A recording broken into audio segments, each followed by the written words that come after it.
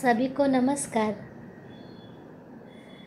सनातन संस्था और हिंदू जनजागृति समिति द्वारा आयोजित इस भाव सत्संग में मैं श्रीमती शिप्रा जोएकर आप सभी का पुनः हार्दिक स्वागत करती हूँ। सर्वप्रथम जगत गुरु भगवान श्री कृष्ण जी, स्थान देवता, वास्तु देवता, इनके श्री चरणों में हम प्रार्थना करेंगे कि आज का यह सत्संग निर्विघ्न रूप से संपन्न हो। अब हम भगवान श्री गणेश जी, इनके चरणों में श्लोक वंदन करेंगे। वक्रतुंड महाकाय सूर्यकोटि समप्रभ निर्विघ्नं कुरु मे देव सर्वकार्येषु सर्वदा।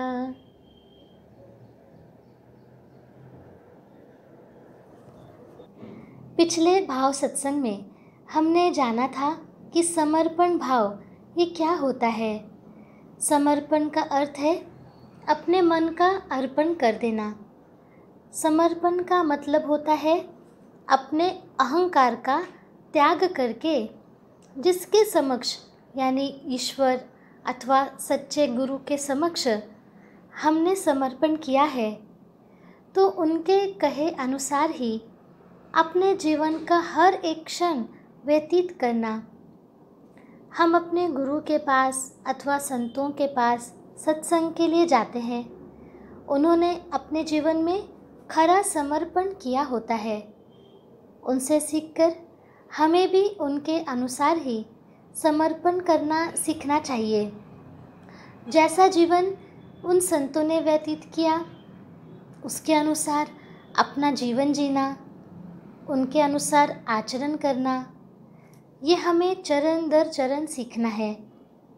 समर्पण तक पहुंचने के लिए गुरु कृपा योगानुसार साधना ये हमें करनी है और धीरे धीरे अपना त्याग बढ़ाना है। हमने इसका पहला चरण नाम जप ये कल देखा था कि कैसे नाम जप से हमारे मन का त्याग हो जाता है। आज हम सीखेंगे सत्संग का हमारे जीवन में क्या महत्व है। तो आगे बढ़ने से पूर्व हम प्रार्थना करेंगे। हे जगत गुरु सुदर्शन चक्रधारी भगवान श्री कृष्ण, इस भाव सत्संग में आपकी ही उपस्थिति है। आपके ही चैतन्य से यह सब हम सीख पा रहे हैं। हे श्री कृष्ण, इस भाव सत्संग में जो आपका यह चैतन्यमय रूप है उसे हम अनुभव कर पाएँ। आपके चरणों के प्रति समर्पित कैसे होना है वो आप ही हमें सिखा रहे हैं। ये सीख हमारे अंतःकरण तक जाए। हे श्री कृष्णा, जो आप सिखा रहे हैं वो हमारी कृति में आ पाए और आपका सुरक्षा कवच हमारे चारों ओर बना रहे, यही आपके चरणों में प्रार्थना है।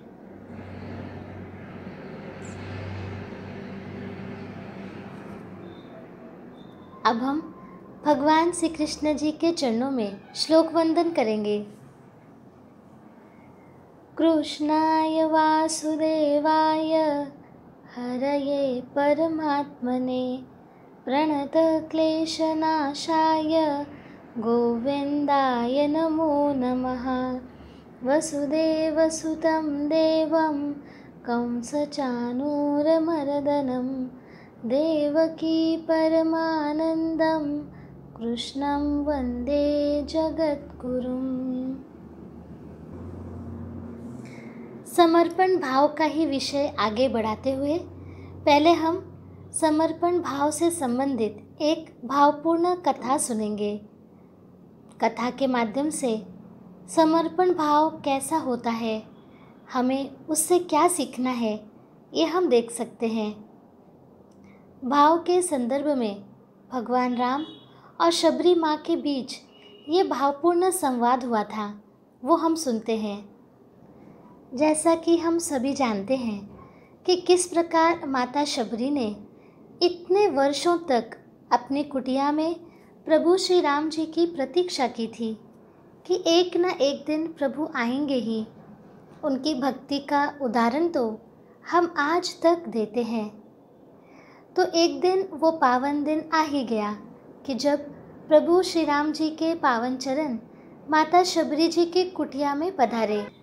प्रभु श्री राम जी का वो चैतन्यमय रूप देखकर एक टक प्रभु श्री राम जी को वृद्ध शबरी माँ निहारती ही रहीं। माता शबरी ने पूछा, कहो राम, शबरी की कुटिया ढूंढने में अधिक कष्ट तो नहीं हुआ? प्रभु मुस्कुराए और उन्होंने कहा, यहाँ तो आना ही था माँ, तो कष्ट का क्या मूल्य है? इस पर शबरी जी ने कहा, जानते हो राम, तुम्हारी प्रतीक्षा मैं तब से कर रही हूँ जब तुम जन्मे भी नहीं थे। यह भी नहीं जानती थी कि तुम कौन हो, कैसे दिखते हो, क्यों आओगे मेरे पास। बस इतना ही पता था कि कोई पुरुषोत्तम आएगा और मेरी प्रतीक्षा का अंत करेगा, मेरा उद्धार करेगा। प्रभु ने कहा, तभी तो मेरे जन्म के पूर्व ही तय हो चुका था कि राम को शबरी के आश्रम में जाना ही है। ये सुनकर शबरी भाव विभोर होकर बोली, एक बात बताऊं प्रभु, भक्ति के दो भाव होते हैं। पहला मरकट यानी बंदर भाव और दूसरा बिल्ली का भाव। मरकट भाव में बंदर का बच्चा अपनी पूरी शक्ति लगाकर माँ के पेट को या पीठ को पकड़े रहता है ताकि वह गिर ना जाए, और उसकी माँ दिन भर उछल कूद करती रहती है। उसे सबसे अधिक भरोसा अपनी माँ पर ही होता है, वो उसे पूरी शक्ति से पकड़े रहता है। तो यही भक्ति का भी भाव है, जिसमें भक्त अपने ईश्वर को उसकी पूरी शक्ति से पकड़े रहता है, दिन रात भगवान की आराधना करता है। पर मैंने ये भाव नहीं अपनाया, मैंने तो बिल्ली के भाव को अपनाया, अर्थात उस बिल्ली के बच्चे की भांति मेरा भाव था, जो अपनी माँ को पकड़ता ही नहीं बल्कि निश्चिंत बैठा रहता है कि माँ है ना, वो स्वयं मेरी रक्षा करेगी। और उसकी माँ क्या करती है, तो सचमुच अपने छोटे से बच्चे को सावधानी पूर्वक मुंह में पकड़कर उसे अलग अलग जगह ले जाकर रखती है। तो वैसे ही मैं भी निश्चिंत थी कि तुम तो आओगे ही, मैं तुम्हें क्या पकड़ूं। श्री राम मुस्कुरा कर रह गए। शबरी माँ ने पुनः कहा, सोच रही हूँ बुराई में भी तनिक अच्छाई छिपी होती है ना। कहाँ तुम सुदूर उत्तर के और कहाँ मैं घोर दक्षिण में। तुम तो प्रतिष्ठित रघुकुल के भविष्य और मैं वन में भटकने वाली भिलनी। यदि रावण का अंत नहीं करना होता तो तुम यहाँ क्यों आते। प्रभु थोड़े गंभीर हुए और उन्होंने कहा, माँ, भ्रम में मत पड़ना। राम क्या रावण का वध करने आया है? अरे, रावण का वध तो लक्ष्मण अपने पैर से भी बाण चलाकर कर सकता है। राम हजारों कोस चलकर इस गहन वन में किस लिए आया है? तो केवल तुमसे मिलने के लिए। शबरी माँ की आंखों में अश्रु भर आए। उन्होंने बात बदलकर कहा, बेर खाओगे राम? प्रभु श्री राम मुस्कुराते हुए उनसे बोले, बिना खाए तो जाऊंगा भी नहीं। शबरी माँ अपनी कुटिया से एक डलिया में बेर लेकर आ गई और प्रभु श्री राम के सामने उन्होंने रख दिया। श्री राम और लक्ष्मण जी बेर खाने लगे तो शबरी माँ ने पूछा, मीठे तो है ना प्रभु? प्रभु ने उत्तर दिया, यहाँ आकर मीठे और खट्टे का भेद भूल गया हूँ माँ। बस इतना समझ रहा हूँ कि यही अमृत है। इस प्रसंग से हमें यही सीखने को मिलता है कि भगवान तो केवल भाव के ही भूखे होते हैं। जहाँ भाव है वहाँ भगवान को स्वयं आना ही पड़ता है, फिर चाहे वो हजारों कोस चलकर ही क्यों ना आना पड़े। संतों ने कहा है कि हमें भाव इतना बढ़ाना चाहिए कि हम भगवान की ओर नहीं तो भगवान को ही हमारे पास आना पड़े। शबरी माँ ने अपनी पूरी आयु श्री राम जी की प्रतीक्षा में बिताई थी। मतंग ऋषि ने जब से शबरी माँ को बताया था, उन्हें आशीर्वाद दिया था कि एक समय यहाँ प्रभु श्री राम तुम्हारी झोपड़ी में पधारेंगे, और उस दिन से प्रतिदिन शबरी जी क्या करती थी, अपनी उस झोपड़ी को ऐसे सजाती थी जैसे मानो उसी दिन प्रभु श्री राम आ जाएंगे। उन्होंने अपनी झोपड़ी के आसपास में सुंदर फूल लगाए।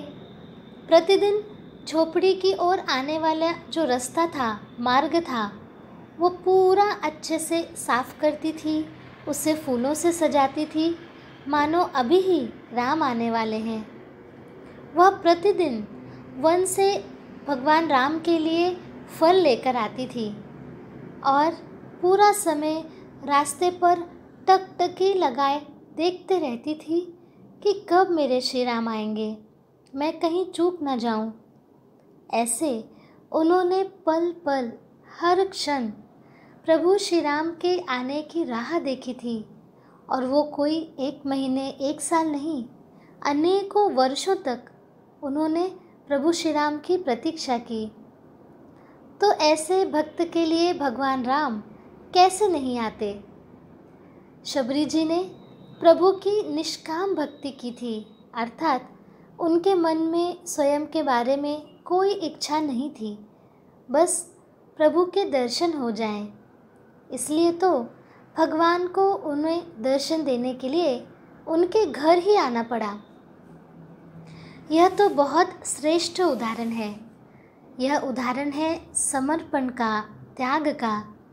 हर दिन वही कृतियाँ करना और बहुत भाव से करना, जिसमें भक्ति है, जिसमें भगवान के प्रति समर्पण है, वो ही इतनी आतुरता से हर क्षण भगवान की प्रतीक्षा कर सकता है।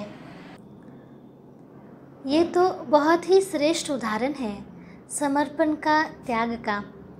इसलिए भगवान बोलते हैं कि मैं तो केवल तुमसे मिलने आया हूँ। शबरी की भक्ति देखकर उन्होंने जो त्याग किया, उनका जो समर्पण है, तो इस कारण भगवान उन पर प्रसन्न हो गए। इसे ही समर्पण कहते हैं। उन्होंने बताया कि कितने वर्षों से वे राह देख रही थी। उनकी तो पूरी आयु ही भगवान की प्रतीक्षा करने में उन्होंने समर्पित कर दी। और महत्वपूर्ण बात क्या है कि आज राम नहीं आए, कल नहीं आए, 1 हफ्ता हुआ, 1 महीना हुआ, परंतु उनके मन में दृढ़ विश्वास था, श्रद्धा थी कि एक ना एक दिन तो प्रभु श्री राम अवश्य आएंगे। और प्रतिदिन बिना थके अपनी झोपड़ी ऐसे सजाती थी जैसे मानो आज और अभी श्री राम आ जाएंगे। तो कितना भाव है, कितनी लगन है यहाँ प्रभु दर्शन करने की। प्रतिदिन प्रभु श्री राम के लिए फल लेकर आना, रास्ते पर टकटकी लगाए हुए प्रतीक्षा करना कि कभी भी राम आ सकते हैं। कितना अद्भुत समर्पण है, कितनी भक्ति है उनकी। समर्पण, ये शब्द कितना बड़ा है, इसको हम कभी समझ सकते हैं क्या कि समर्पण में क्या क्या समाया है। हमारे लिए समर्पण का बड़े संतों ने, देवताओं ने आदर्श रखा है कि इस मार्ग से हमें जाना है। जैसे कि हमने अभी शबरी माता का उदाहरण देखा, तो हमें उनसे सीखकर समर्पण बढ़ाने के लिए प्रयास करना है। उसी लिए सनातन संस्था के संस्थापक परात्पर गुरु डॉक्टर जयंत आठवले जी ने गुरु कृपा योग के अनुसार साधना के जो चरण बताए हैं उन चरणों के अनुसार हम प्रयास कर सकते हैं। वे चरण हैं नाम जप करना, सत्संग में जाना, सेवा करना, त्याग करना, प्रीति। ये गुरु कृपा योगानुसार साधना के चरणों में से 5 चरण हैं। हम लगन से चरण दर चरण आगे बढ़ते जाएंगे। हमें समर्पण भाव लाने के लिए प्रतिदिन कुछ ना कुछ तो कृति करनी चाहिए।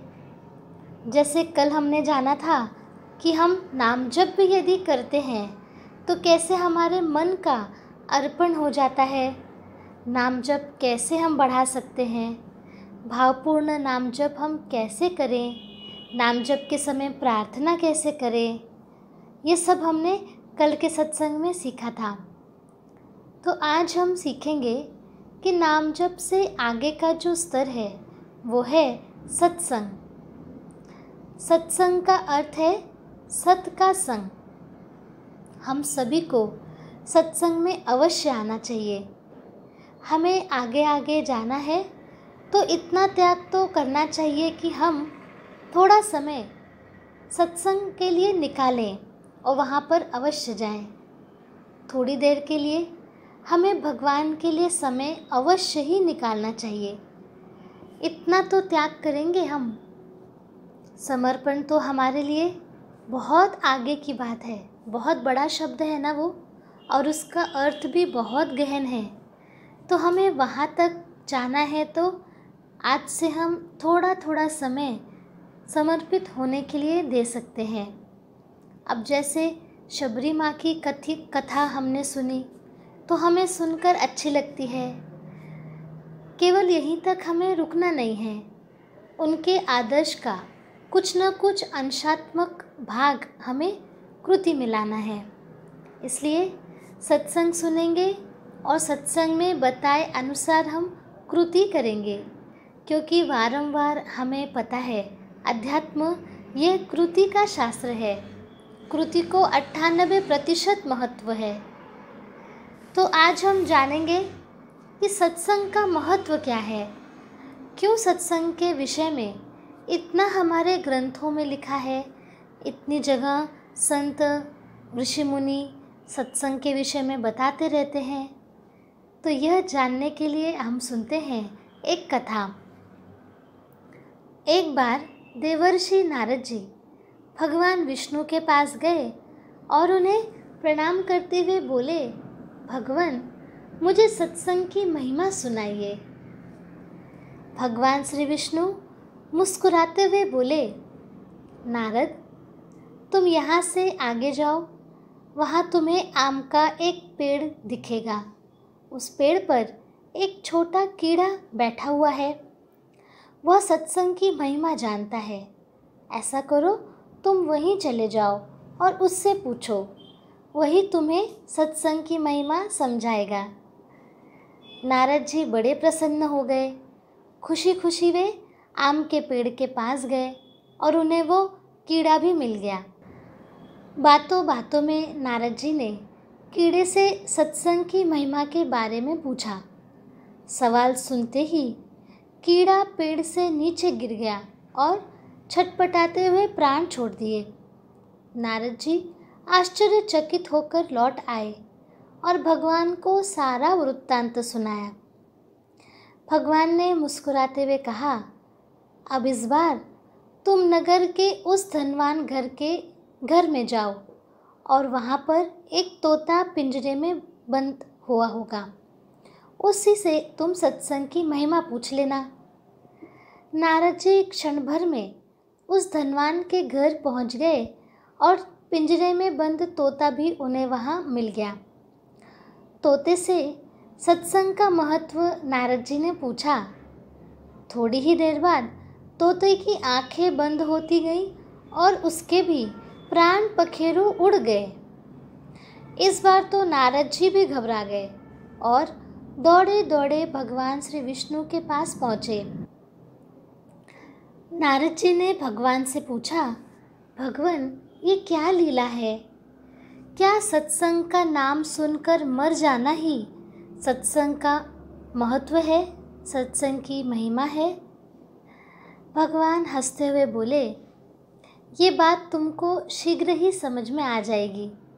अब तुम क्या करो, नगर के राजा के महल में जाओ और उनके नवजात पुत्र से अपना प्रश्न पूछो।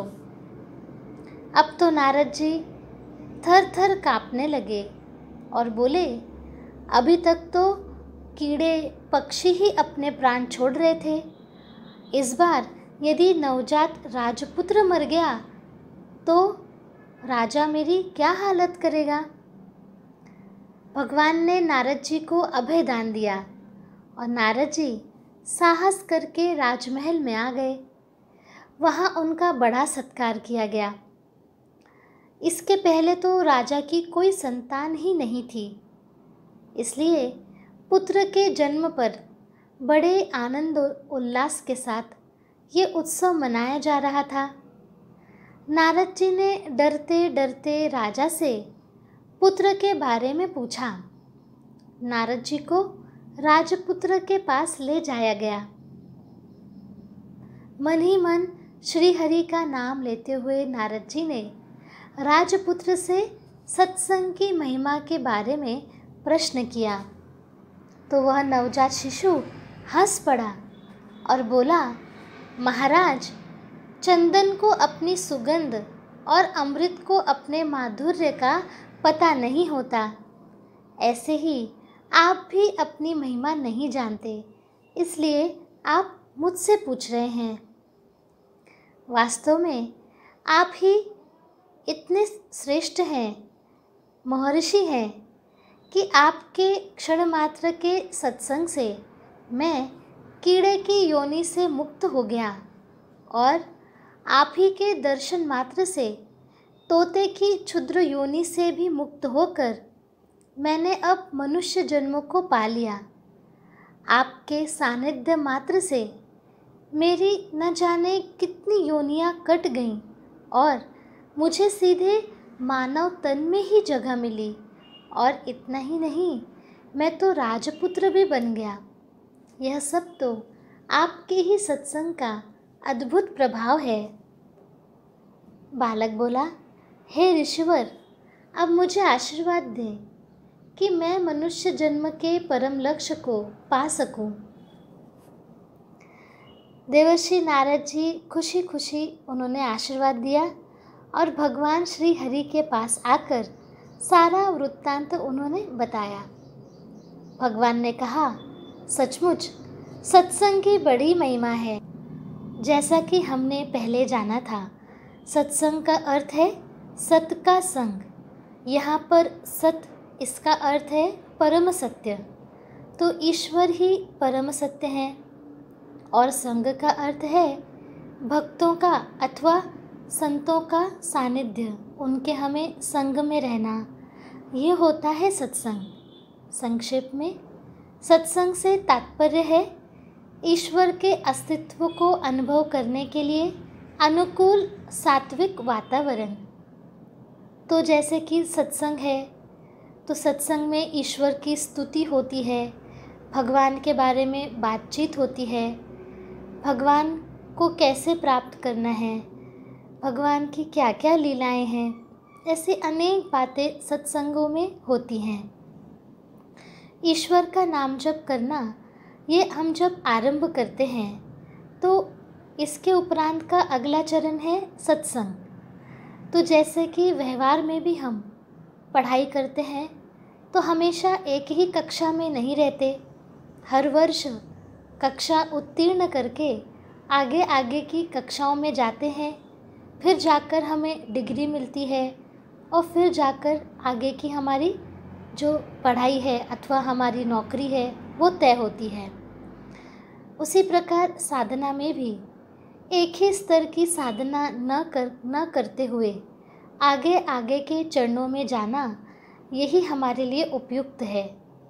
तो हमने नाम जप आरंभ किया तो नाम जप तक ही रुकना नहीं है। नाम जप का अर्थ है भगवान का नाम लेना, तो वो करते करते हमें सत्संग में रहने का प्रयास करना चाहिए। अब इसका मतलब ये नहीं कि हम सत्संग में जा रहे हैं तो नाम जप छोड़ दिया या कम कर दिया। तो नाम जप करते करते ही हमें सत्संग में जाना है। इसे नाम जप के साथ हम करेंगे तो हमें और भी लाभ होगा। हम सभी साधना कर रहे हैं, ईश्वर के प्रति भाव रखते हैं, इसलिए ईश्वर के बारे में जानने के लिए हम इस प्रकार एकत्र आए हैं। यह भी तो भगवान का बहुत अनमोल सत्संगी है। तो इस प्रकार नियमित रूप से समविचारी व्यक्तियों के साथ रहने में सहायता होती है। प्रतिदिन सत्संग सुनने का महत्व 30% है।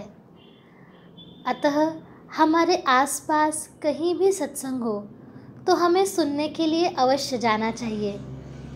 इसके साथ ही मंदिर जाना, तीर्थ क्षेत्र जाना, संतों द्वारा लिखित आध्यात्मिक ग्रंथों का वाचन करना, अन्य भक्तों के सानिध्य में रहना, संत अथवा गुरु के दर्शन जाना, ऐसे भी हमें उच्च स्तर का सत्संग मिल सकता है। तो जब परिस्थिति अच्छी होगी तब हम इस प्रकार अन्य जगह जाकर भी सत्संग ले सकते हैं, परंतु वर्तमान में ऑनलाइन सत्संगों का लाभ अवश्य लें। अब हम जानेंगे कि सत्संग में जो सहभागी होते हैं तो उससे क्या क्या लाभ हैं।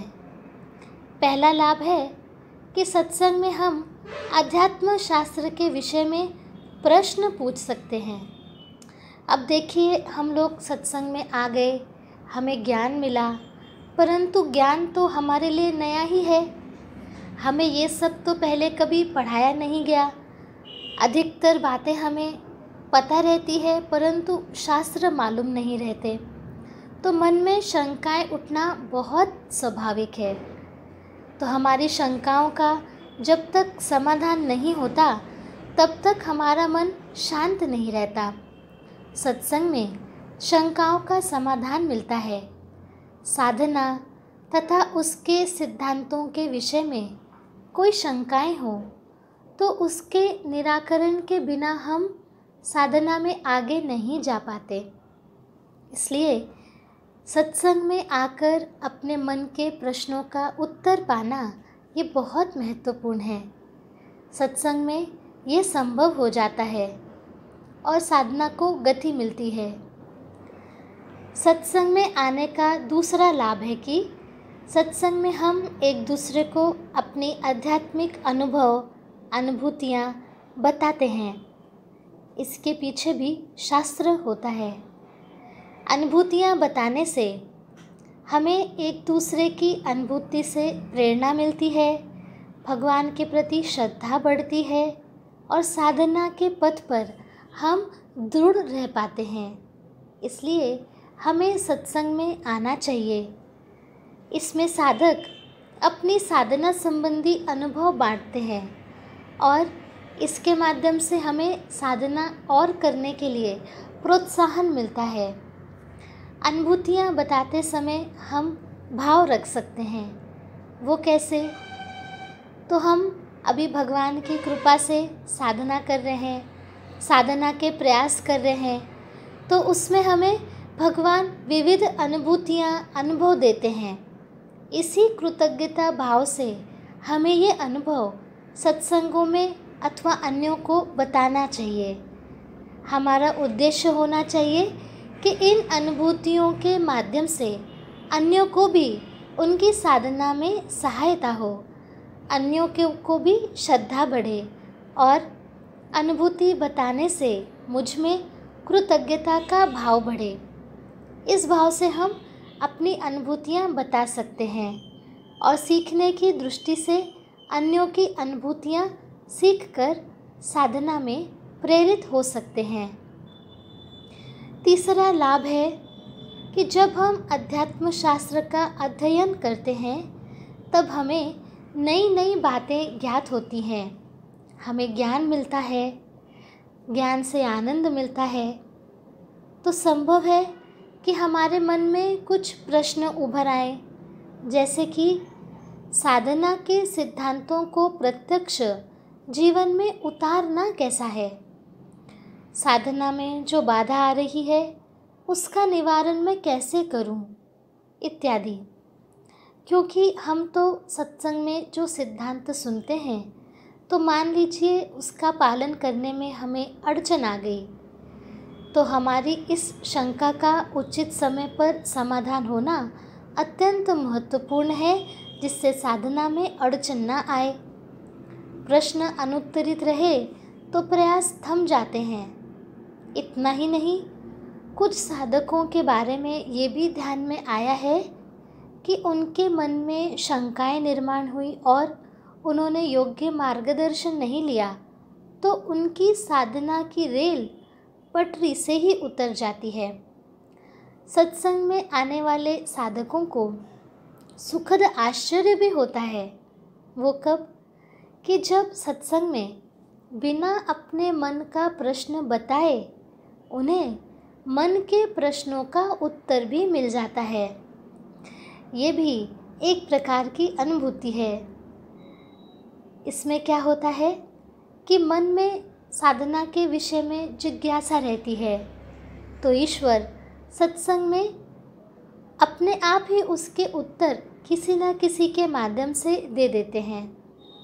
जब कोई साधक सत्संग में आने का प्रयास करता है, तो ईश्वर उस साधक के मन में कुछ समय से अनुत्तरित रहे प्रश्नों का समाधान करते हैं और उसकी सहायता करते हैं। तो यहाँ पर हमें सीखने मिलता है कि भगवान का ध्यान हम पर कितना अधिक है कि हमने कई बार अपने मन की शंकाएं पूछी भी नहीं, परंतु सामने से हमें उसके उत्तर मिल गए। तो ये महत्व है सत्संग का।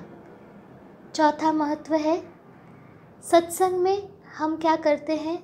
आपसी चर्चा करते हैं। उससे साधक ये भी सीखता है कि अन्य साधकों की साधना में किस प्रकार अड़चनें आती हैं एवं उसका निवारण वे कैसे करते हैं, अथवा गुरु उन्हें मदद कैसे करते हैं। ये सीखने मिलता है। सत्संग का लाभ देखने के लिए हम 5वां सूत्र देखते हैं। आपने कभी कैंप फायर देखा होगा, अर्थात आग लगाकर चारों ओर गोल बनाकर बैठना, उसे अलाव भी कहते हैं। तो जिस प्रकार अलाव के घेरे में बैठे लोगों को बीच में जल रही अग्नि की उष्णता का अनुभव होता है, उसी प्रकार सत्संग में उपस्थित सभी साधकों की साधना को अन्य साधकों की आध्यात्मिक अनुभूतियों से पोषण मिलता है।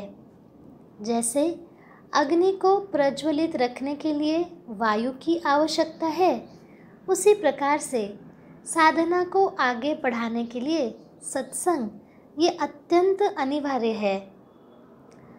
छठवां लाभ है, समाज के अन्य व्यक्तियों की तुलना में सत्संग में आने वालों की सत्व गुण की मात्रा अधिक होती है, क्योंकि उनके मन में भगवान के विचार होते हैं, भगवान के बारे में जानने की इच्छा होती है, उनके मन में ईश्वर के प्रति भाव होता है।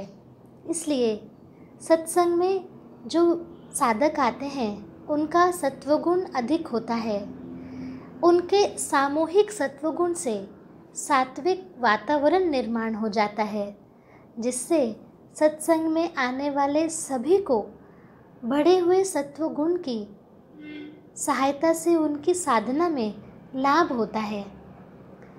7वां लाभ है कि ये जो सात्विक वातावरण तैयार होता है, उससे हमारा नाम जप, हमारा ध्यान, इस प्रकार की साधनाएं और अच्छे तरीके से हो जाती हैं। कई सारे साधकों ने ये अनुभव किया है कि कई दिनों से उनका बंद पड़ा हुआ नाम जप भी सत्संग में आने के बाद अपने आप ही शुरू हो जाता है। तो उसका कारण ही है कि सत्संग में सात्विकता अत्यधिक बढ़ी हुई रहती है। 8वां लाभ है कि सात्विक व्यक्तियों के सानिध्य में कुछ कल्याणकारी अच्छी शक्तियाँ भी होती हैं, उनसे भी साधकों को लाभ होता है।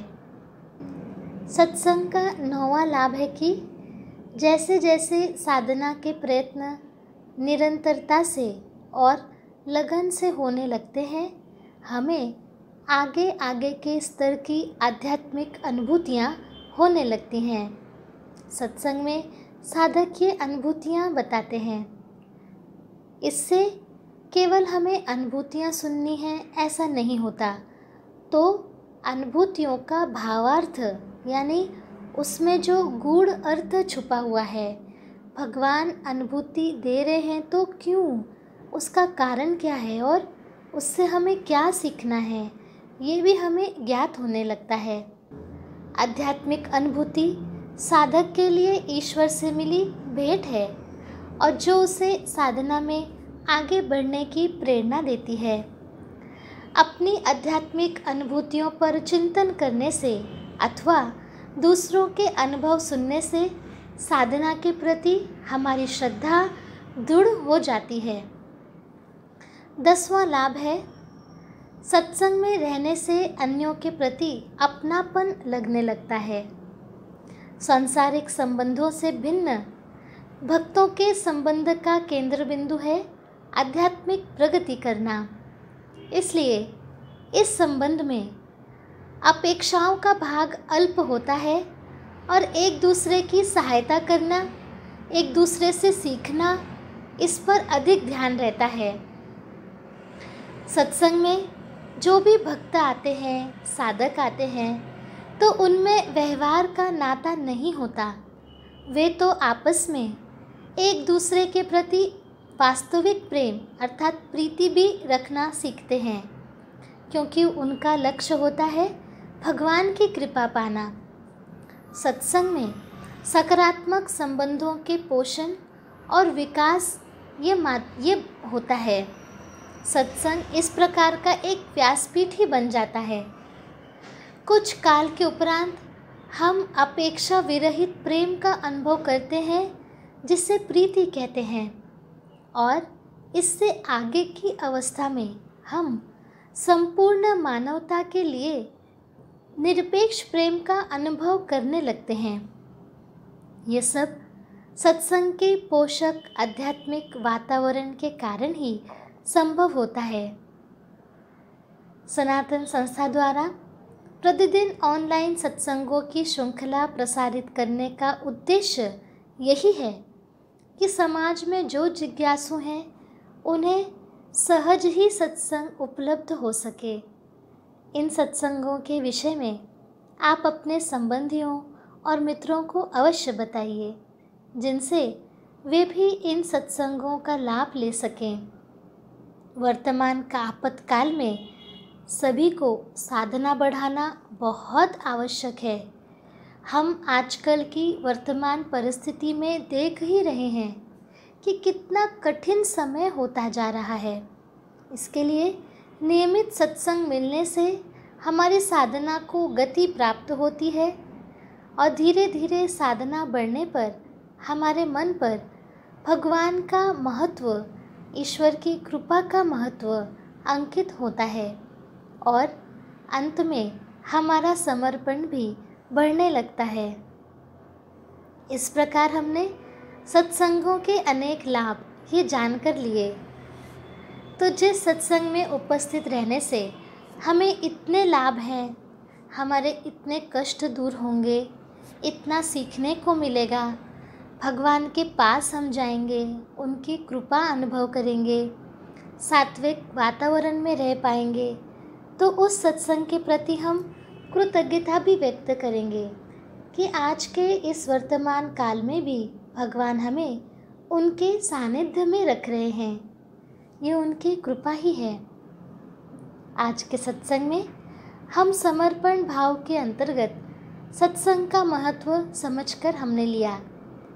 अब कल के सत्संग में समर्पण भाव बढ़ाने के और क्या क्या माध्यम हैं, वो भी हम जान कर लेंगे।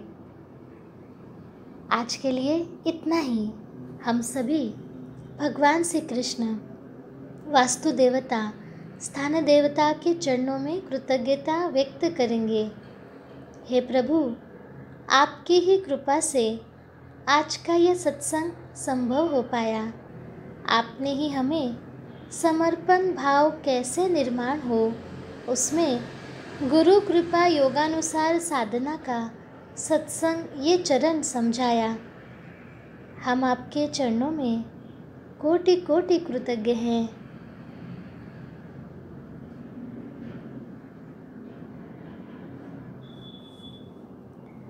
अब हम यहीं रुकते हैं। मिलते हैं कल के भाव सत्संग में। सभी को नमस्कार।